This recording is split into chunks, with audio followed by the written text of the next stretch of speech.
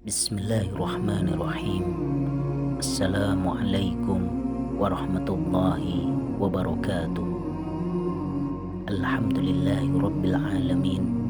Wassalatu wassalamu ala ashrafil anbiya'i wal mursalin, nabiyyina Muhammadin wa ala alihi wa ashabihi wa tabi'in ajma'in ila yaumiddin. وقد قال الله تعالى في كتابه الكريم: أعوذ بالله من الشيطان الرجيم.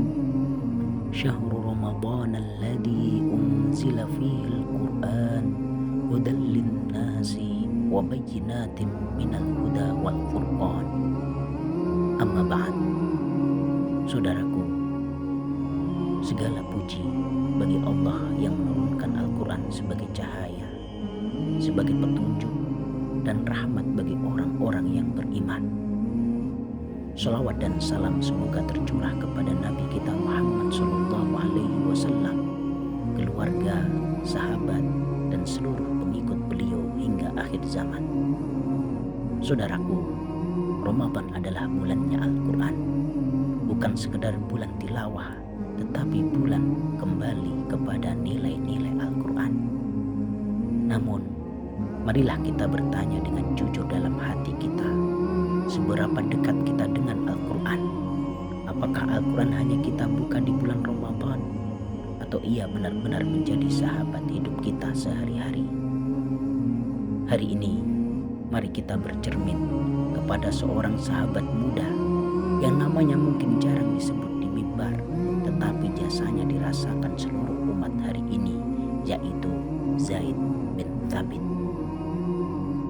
Zaid bin Thabit adalah sahabat dari kalangan Ansor dari Madinah.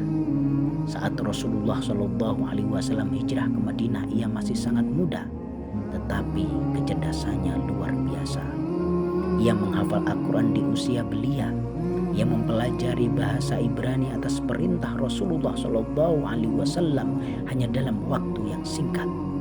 Karena kecerdasannya, Rasulullah SAW pun menjadikannya Kutabul Wahyu, satu dari penulis wahyu. Bayangkan, setiap kali wahyu turun dari langit, Rasulullah SAW memanggil seorang pemuda bernama Zaid itu. Ia duduk di hadapan Nabi, menulis kalam Allah dengan tangannya. Betapa dekatnya ia dengan Al-Quran, bukan hanya membaca, tetapi menyaksikan turunnya wahyu. Rasulullah SAW sampai bersabda, yang paling mengetahui ilmu faraid di antara kalian adalah Zaid bin Thabit. Hadis riwayat Imam Ahmad dan Tirmidzi. Tentu pengetahuannya yang kuat tentang faraid itu berdasarkan atas pemahamannya yang dalam akan ayat-ayat Al-Quran. Saudaraku, setelah Rasulullah SAW wafat, terjadi perang yang dinamakan dengan Perang Yamamah. Di saat itu banyak penghafal Al-Quran yang gugur, syahid fisabilillah. Maka atas usulan Umar ibn Khattab, Khalifah Abu Bakar As-Siddiq radhiyallahu anhu memutuskan untuk mengumpulkan Al-Quran dalam satu mushaf. Siapa yang ditunjuk memimpin proyek terbesar dalam sejarah Islam itu? Ternyata pemimpin proyeknya adalah seorang pemuda yang namanya Zaid bin Thabit. Ketika perintah itu datang, ia keberatan. Ia berkata, demi Allah, sekiranya mereka membebaniku dengan memindahkan gunung, itu tidak lebih berat bagiku daripada perintah mengumpulkan Al-Quran. Ini merupakan tanda bahwa menjaga wahyu Allah Subhanahu wa Ta'ala adalah tugas yang agung. Bersamaan dengan itu juga bentuk kehati-hatian dari Zaid bin Thabit. Dia tidak ingin melakukan apa-apa yang tidak dicontohkan oleh Rasulullah SAW. Tetapi ketika kemudian dijelaskan oleh para sahabat senior akan urgensi dan kedaruratan dari penulisan wahyu, pembukuan Al-Quran, maka ia pun menerima amanah itu dengan penuh tanggung jawab. Sekali lagi, ini bukan proyek biasa.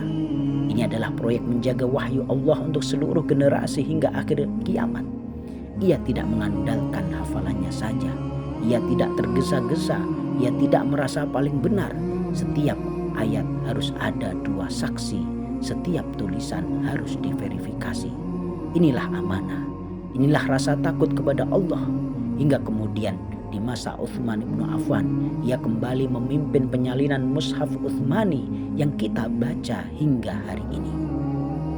Saudaraku, bayangkan setiap kali kita membuka mushaf kita, di situ ada jejak tangan Zaid bin Thabit.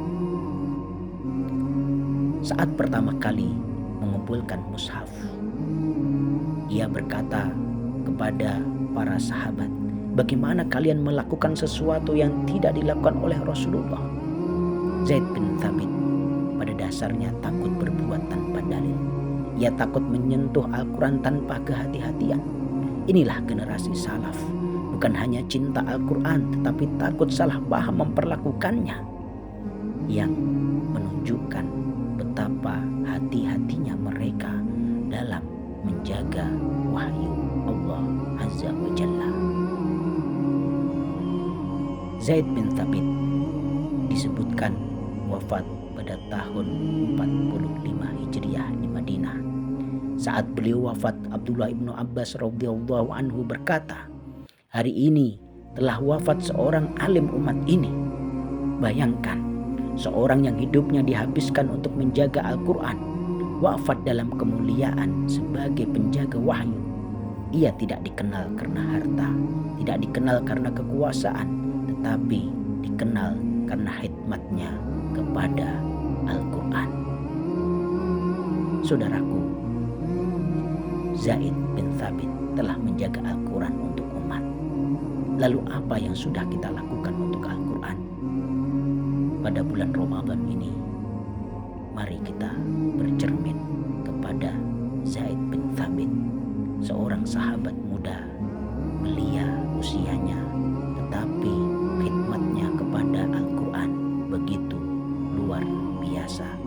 Tidak hanya sekedar membacanya, tidak hanya sekedar memahaminya dan mengetahui makna-maknanya, tetapi bagaimana menjaga Al-Quran Al-Karim untuk tetap lestari, bisa dinikmati sampai akhir zaman. Allahumma arhamna bil Quran waj'alhu lana imaman wa nuran wa hudan wa rahmah. Allahumma dzakkirna minhu ma nusina wa 'allimna minhu ma jahilna warzuqna tilawatahu ana al-laili wa atrafan nahar. Allahumma ja'alna mimman yaqra'ul Qur'ana fayarqa wa la taj'alna mimman yaqra'ul Qur'ana fayashqa.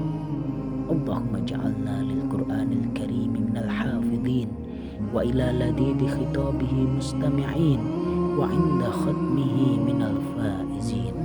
Allahumma ja'alil Qur'anal Karim rabi'a qulubina wa nura sudurina wa jalaa'a ahzanina wa dhahaba ghumumina wa humumina wa dawaa'a amradina ya rabbal alamin.